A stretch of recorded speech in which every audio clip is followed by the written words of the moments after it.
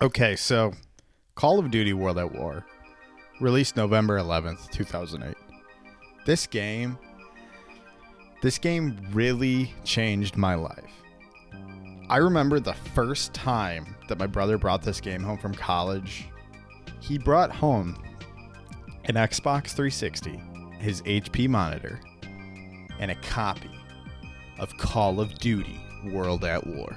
Now, my first reaction to this game was just, and my dad's was just, and my brother's was just, this game is single-handedly responsible for 3 Xbox 360s, 3 copies of every Call of Duty for the Xbox 360, 3 Xbox Ones, 3 copies of every Call of Duty for the Xbox One, and 1 angry mother. Playing this game really did create my hunger for more. I have a massive interest in history and wars, studying history and wars. I still, to this day, listen to veteran interviews, watch black and white footage. I watch war movies. I watch Saving Private Ryan every year in June or July, somewhere around the time of the anniversary of when it happened. Every year I watch that movie. And there's just one scene where I can't bring myself to watch it. I have to skip it every single time. I watch it every year.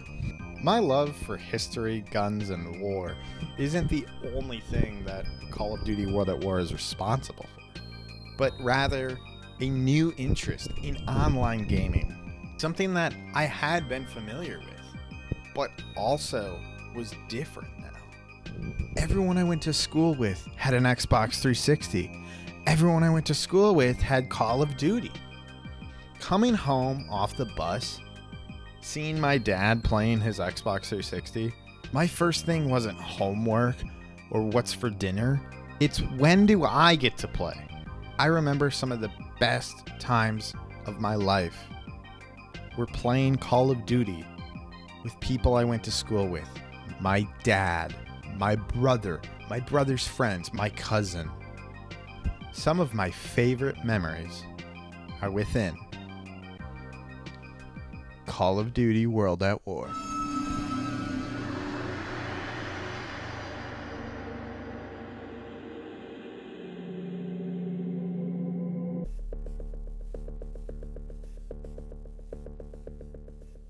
The game starts you off as Private Miller, a United States Marine just about to be executed. You get saved by your fellow Marines, and here we meet Corporal Roebuck, played by the Kiefer Sutherland.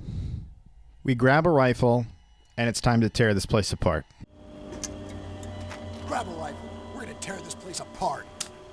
We kill Japanese soldiers. We save Private Ryan. Oh, no. Cut that. We save Private Ryan. We take out MG nests, and then we make our way through the island, and then It's like a temple or some shit. we make our way through the island. What the hell? Who took these guys out? Radio command. Find out if another unit came in ahead of us. Ambush! They just don't cut you a break in this game. I mean, every single time they pop up out of nowhere. So Sergeant Sullivan has the bright idea of causing a scene. We plant explosives and we get off this island. So 2 years have passed, and here is where the campaign really starts for the Pacific, with a raid on Peleliu. We're stuck on the... Drop the ram!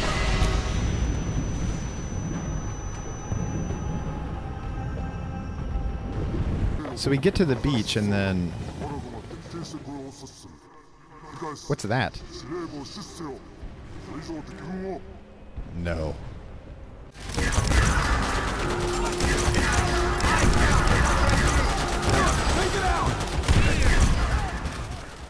So we get to the beach, run through the Japanese soldiers, get bonsai charged. Take him down! Man, they just don't let up. We take out MG nests, we take over an MG nest, and then we give them a taste of their own medicine. So we did it. We advanced onto the island, then tragedy strikes. Sullivan,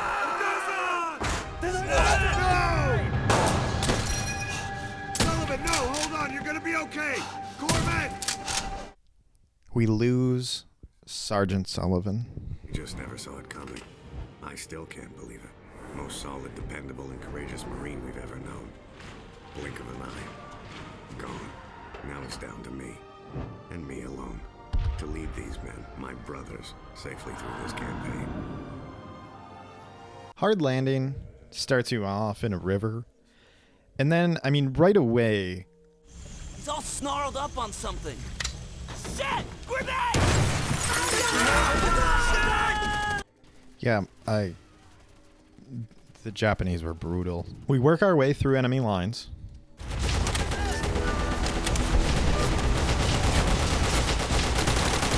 What's this? Our first taste of the flamethrower.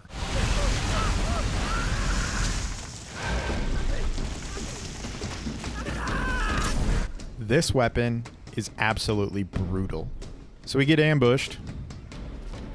Again, we move up, fighting our way towards an airfield where we take out Japanese tanks, we take out flak guns, we call in airstrikes. This mission ends in bombastic fashion.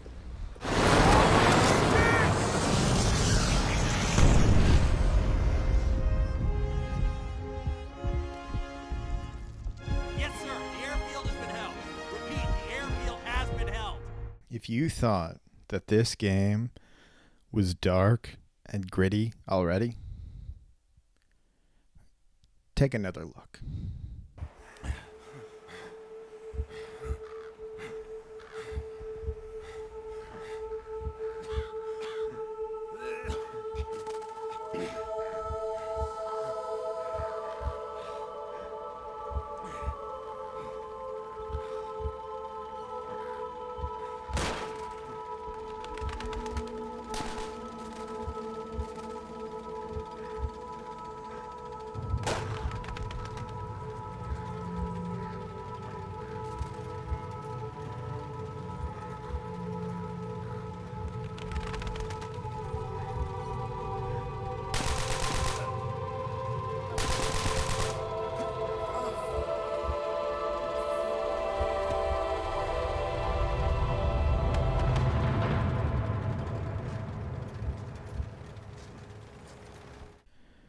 This is going to be a brutal game. We are now Dmitry Petrinkov, a private of the Red Army.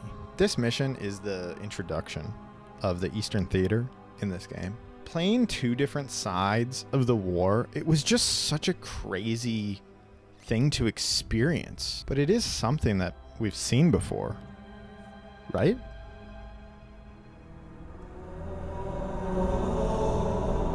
We meet Sergeant Reznov, played by Gary Oldman. We use the cover from the darkness of the night and the loud noise of the aircraft to take out German soldiers patrolling the area as we fight to survive. This mission is very familiar in a way. So this is probably just the time to say that Reznov is Call of Duty World at War. You couldn't have written a better character for such a dark, gritty, harrowing telling of World War II. For days, I've crept through shadows like a rat. This place, once echoed with conversations of friends and lovers, no longer. Mark my words, comrade. One day things will change. We will take the fight to their land, to their people, to their blood. We hear a shot, and we rush into a nearby building. Sniper! Get inside now! So we take out the sniper.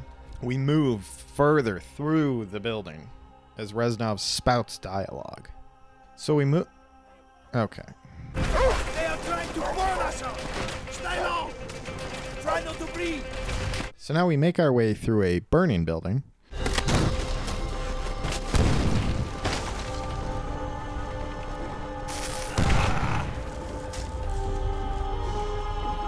my friend! Take my hand! I need you alive! Yeah, I'm sticking with him. Reznov saves us and we jump right into German soldiers. But then, our comrades have come to rescue us. Dimitri, we thought you were among the dead in the massacre at the square. He was. Among them, but not one of them. We're about to assault the communication post north of here. Good! Such a move will prevent the German command calling for help. Dimitri and I will provide cover from above. Wait till you hear the screams of dying Germans. So now we're looking for General Amsel. We move up and we provide sniper support for our comrades. And honestly, let me just say that this mission really is one of the best ones in the game. We pull off a no-scope.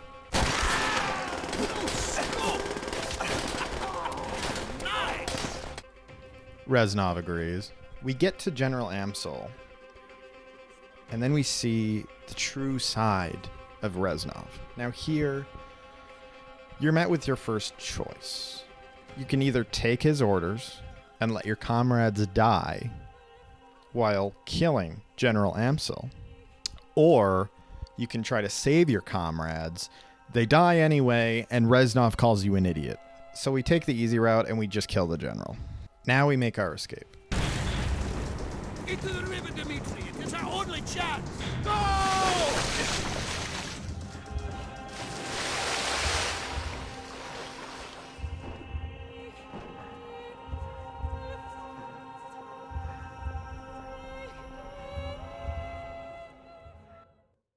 Okay, so roughly 3 years have passed, and now we're a prisoner again, but different. But remember, this is a different character. We are now Dmitry Petrenkov.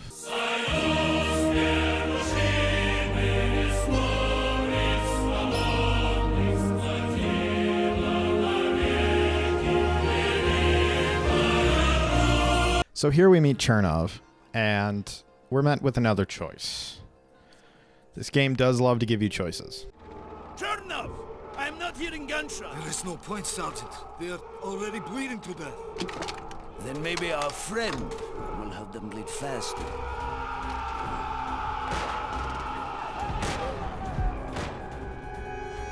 This mission takes place in Silo Heights, Germany. Here we get to see trenches, trees, rural farmland. We move through, we kill Germans.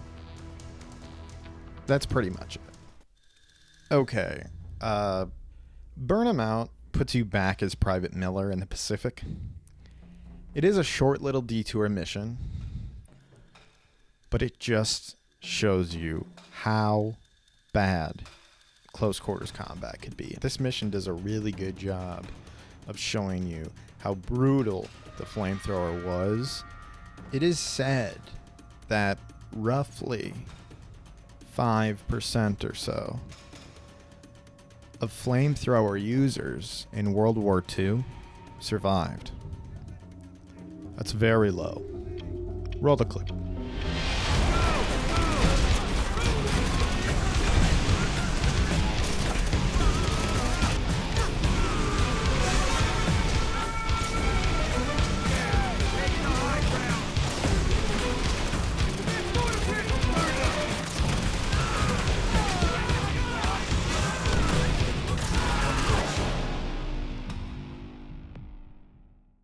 Here we are riding on a tank, and then Cut out! Incoming! Find some cover! Go! Get the cover now! Japanese infantry! Get behind that fallen tree! we're tasked with taking out more flak guns, more Japanese soldiers, heavy positions, and here we get our first look at the Japanese tunnel system.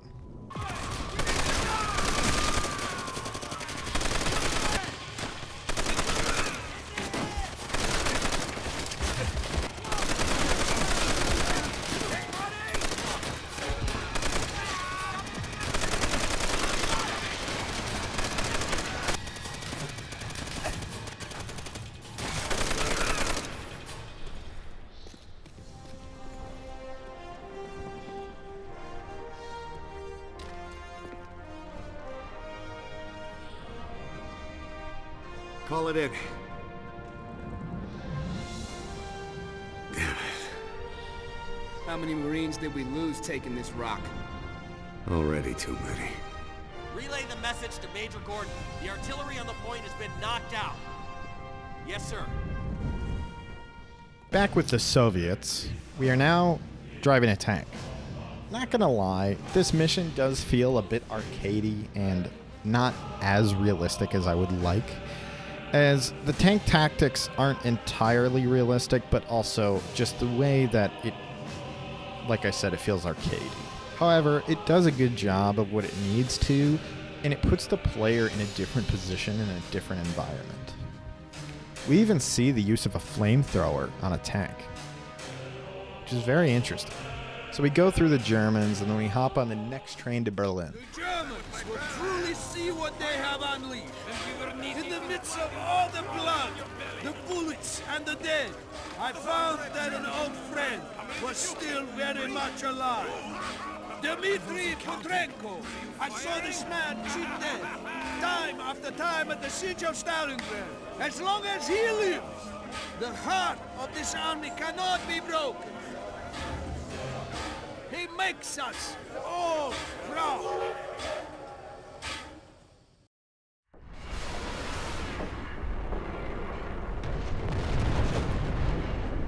On your feet!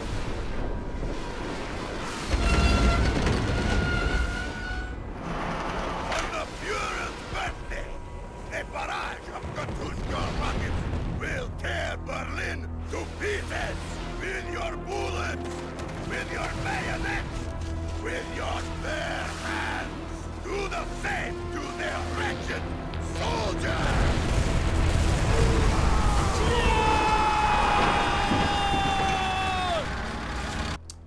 You heard it. Ura. Ring of Steel puts you in an urban environment in the streets of Berlin. We clear out buildings. We take out panzers. There are survivors! These animals raped and marauded their way through the motherland without mercy!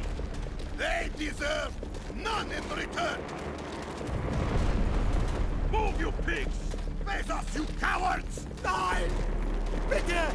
Wir geben uns! Bitte! Bitte! Ich bitte Sie! This game really doesn't hold back when it comes to war crimes. It's so dark. We push through an asylum, kill more Germans, and we make our way through Berlin.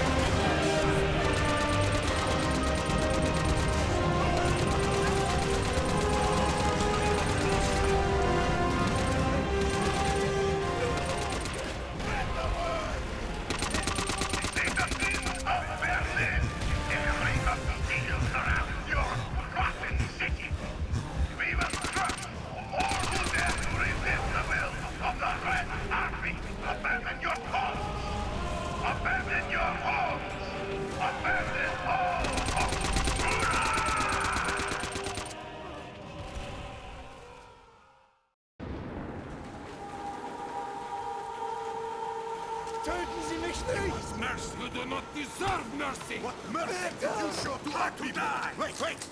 He may come help us! He can die for us! Mudak! This is not war! This is murder!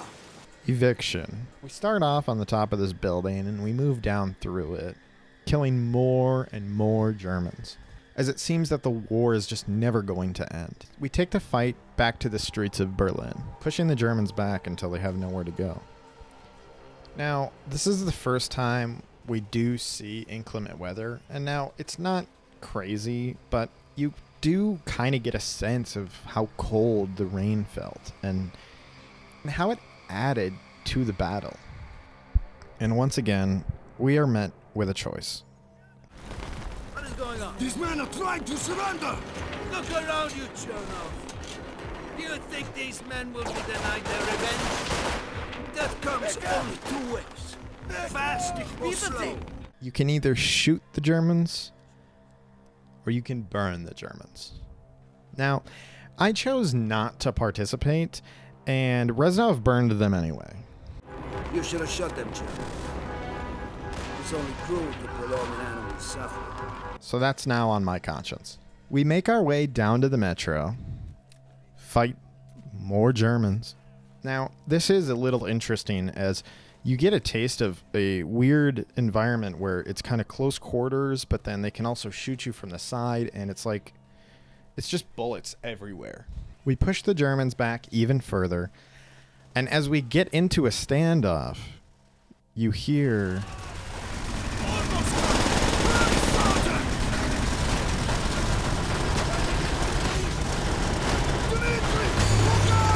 Oh boy.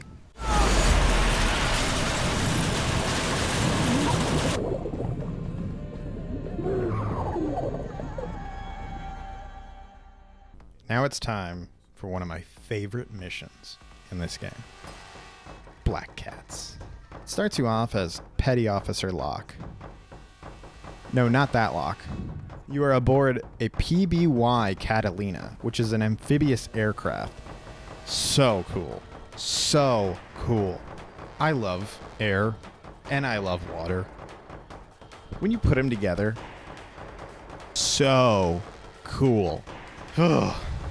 So we are on a PBY Catalina, and we're tasked with taking out those fucking PT boats. This mission is just a vibe. Being up in the air, going from turret to turret, the music.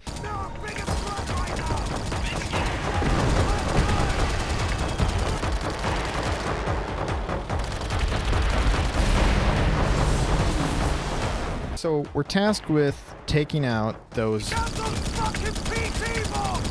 taking out Japanese merchant ships south of Okinawa. It's pretty easy. Then we get a distress call. We go and we investigate the distress call. Now here, we actually get to land in the water. So it's here, in my favorite part of the mission, where we rescue survivors, fight Japanese Zeros, or as I like to call them, Zeeks. And finally, all bumped and bruised, after a hard-fought battle, we get out of there. Blowtorch and Corkscrew is a pretty interesting mission, but short. We're back as Private Miller. Here, we take out MG nests, and then we blow them up. Fight through more tunnels.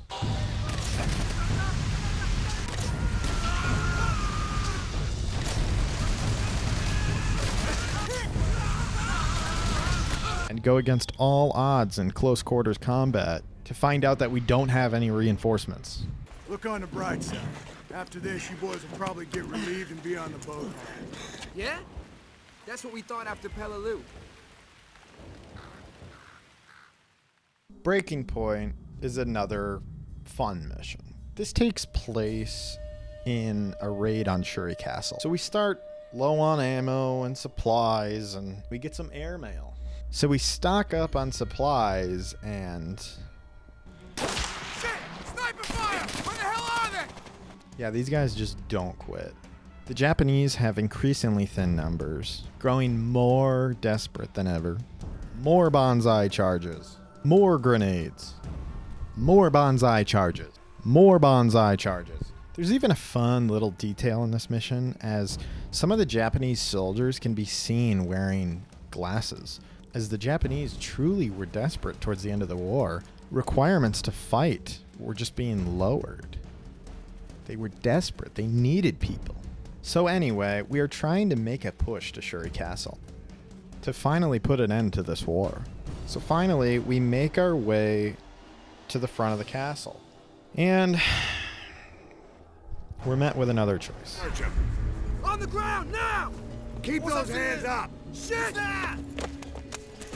Miller!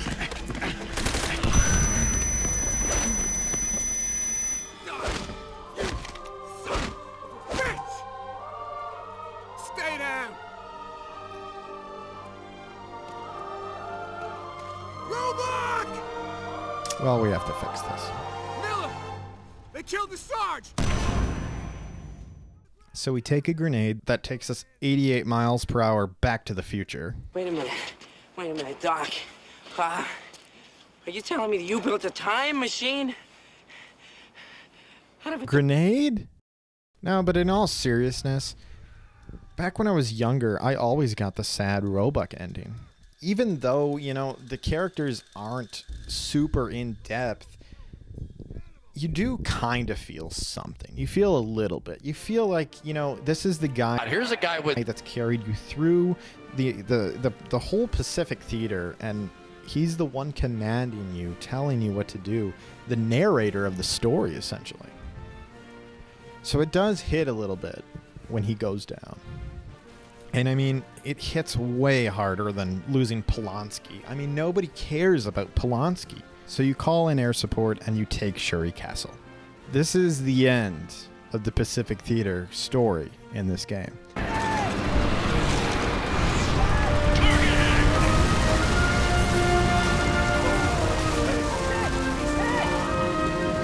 There. We did it. It's over. It's finally over.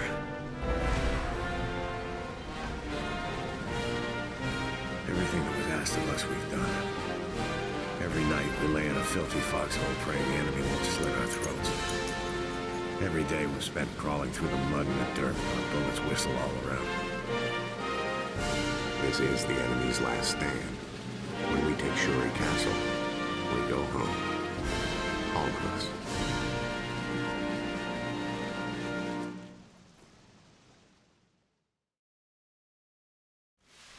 You will be okay. Do you hear me? They flooded their own metro in an effort to kill us, Dimitri. But once again, they failed. Once more, we cheat death. You will be okay. Relax for a few minutes. Breathe deeply. Which do you think will lead us home? Writing about this war or fighting it? No one will ever read this! If you lack the stomach to kill for your country, at least show me that you are willing to die for it!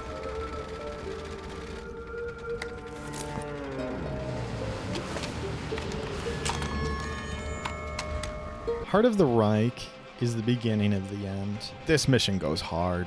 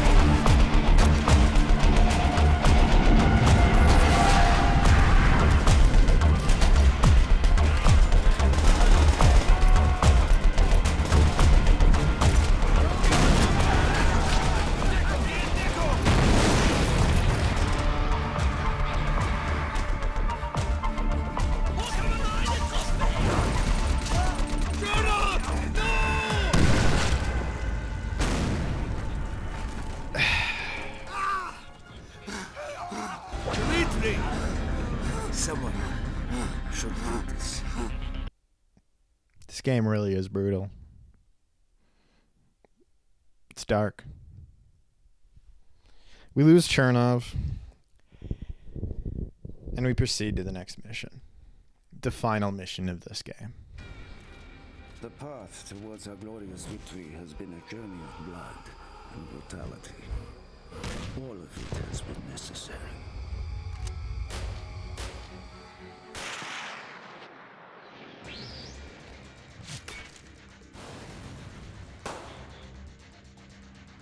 When the flag of our motherland flies atop the Reichstag, all of Berlin will know that the evil of the fascist Reich has been wiped from the face of the earth.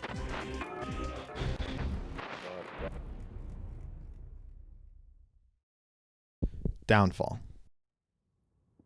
April 30th, 1945. When he first spoke of Dmitri, Reznov told tales of a hero. Someone we should all aspire to be like. At times, I have seen him show mercy, but at others act with complete brutality. I do not understand him. Perhaps heroes need not question their actions. This mission starts out with a journal entry written and read by Chernov.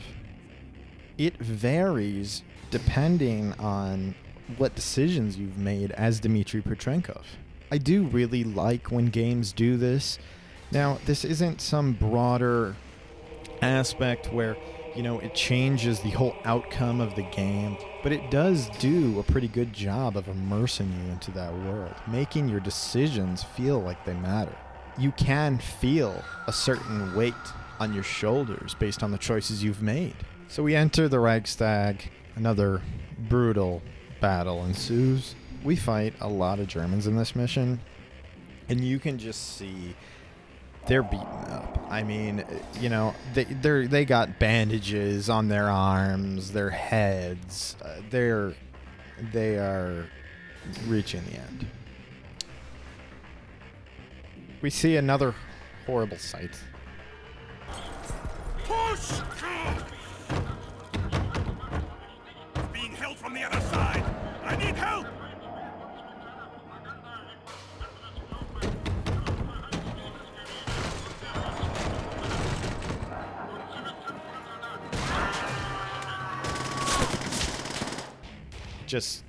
It's just one of those things that makes you think. We proceed to push up into the top of the building. We make it to the top, and we take out every German in our sight.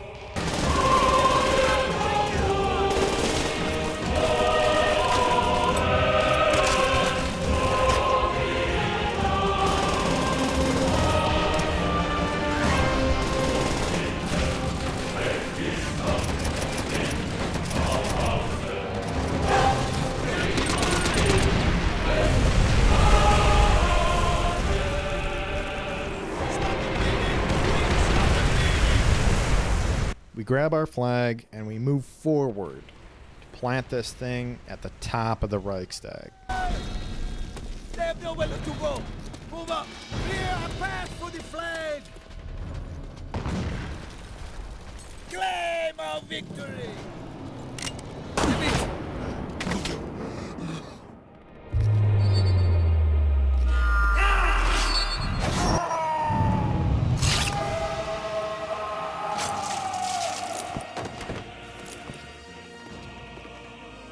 You can make it, my friend. You always survive.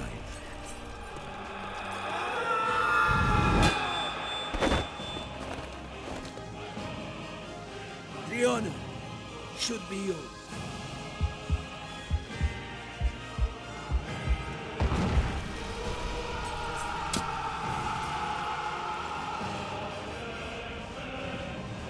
As long as you live, the heart of this army can never be broken. Things will change, my friend. As heroes, we will return to Russia's embrace.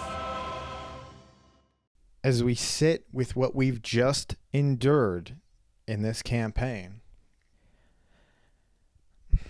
the game leaves you with chilling footage and one final message. Solemn. General Eisenhower informs me that the forces of Germany have surrendered to the United Nations. The victory won in the West must now be won in the East.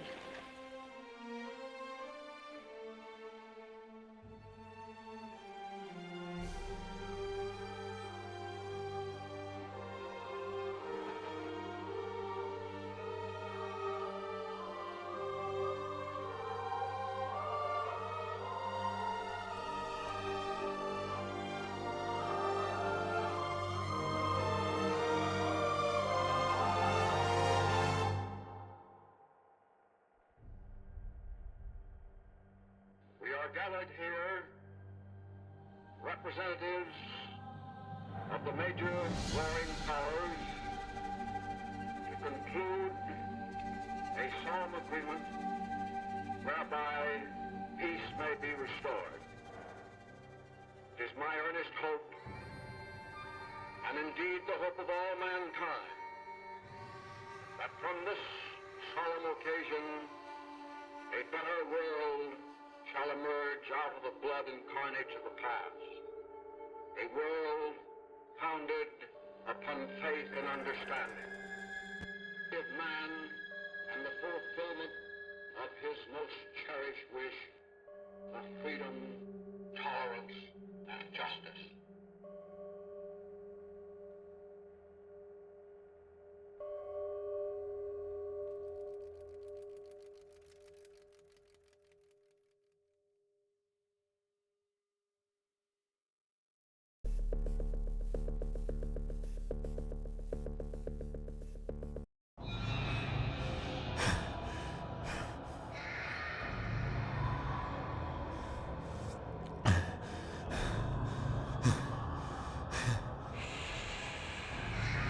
What? What's this? What's this?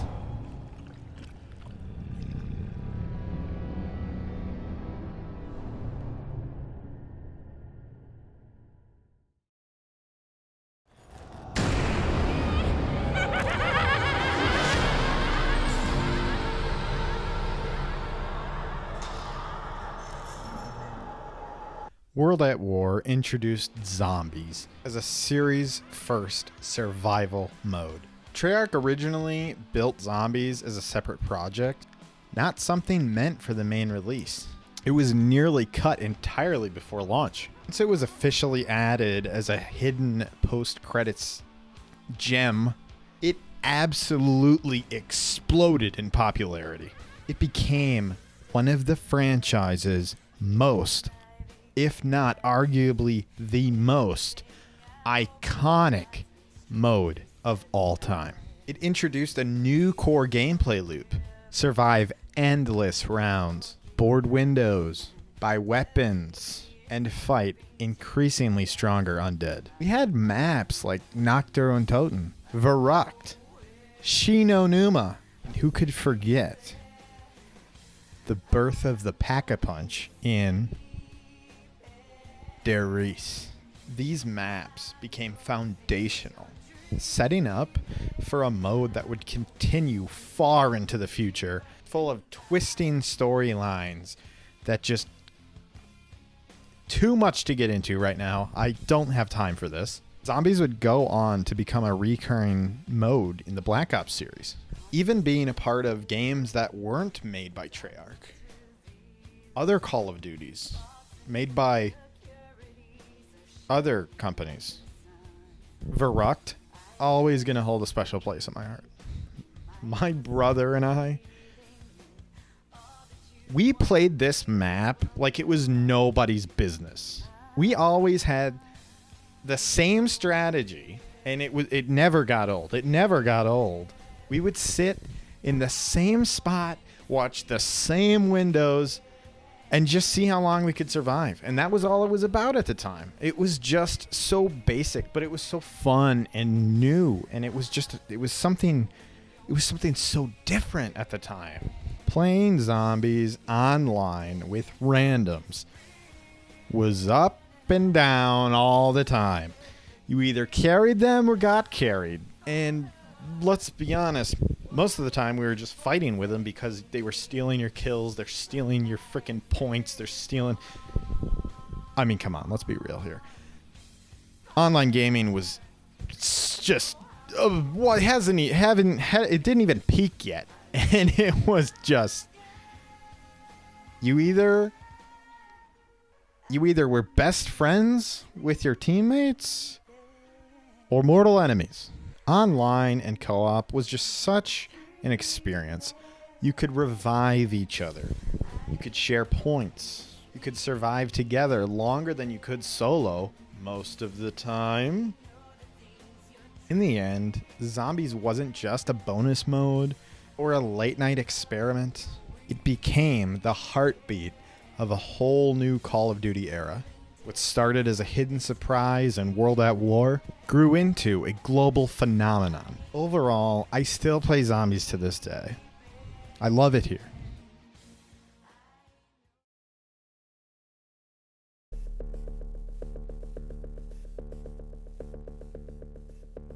World at War's multiplayer took the fast and addictive formula of modern warfare and dragged it into the mud, blood, and brutality of World War II.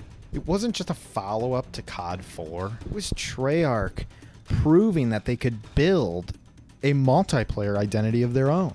It kept the core leveling, perks, and prestige system from COD 4. Vehicles appeared in multiplayer, tanks specifically, for the first and last time.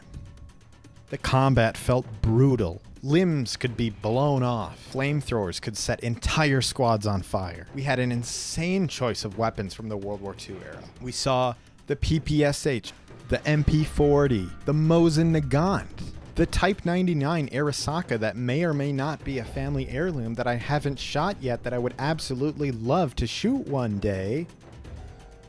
Hopefully. Let me do it, seriously, let me do it. We had perks like Stopping Power, Juggernaut, Martyrdom, and who could forget Bouncing Betties. We had maps like Castle, Dome, Asylum, Upheaval, Macon. We saw clans forming. It was messy, chaotic, fun, and unforgettable. Treyarch didn't just follow COD 4's formula. They twisted it into something darker and more explosive, creating a multiplayer experience that still stands out today. I miss this multiplayer. At the end of the day, World at War's multiplayer wasn't trying to be flashy or futuristic or whatever that is. It was raw, unfiltered chaos wrapped in steel, dirt, and blood. It captured a moment in gaming where it truly was about making a game for the love of it. This wasn't about making the biggest check. This was about the veterans and telling their story.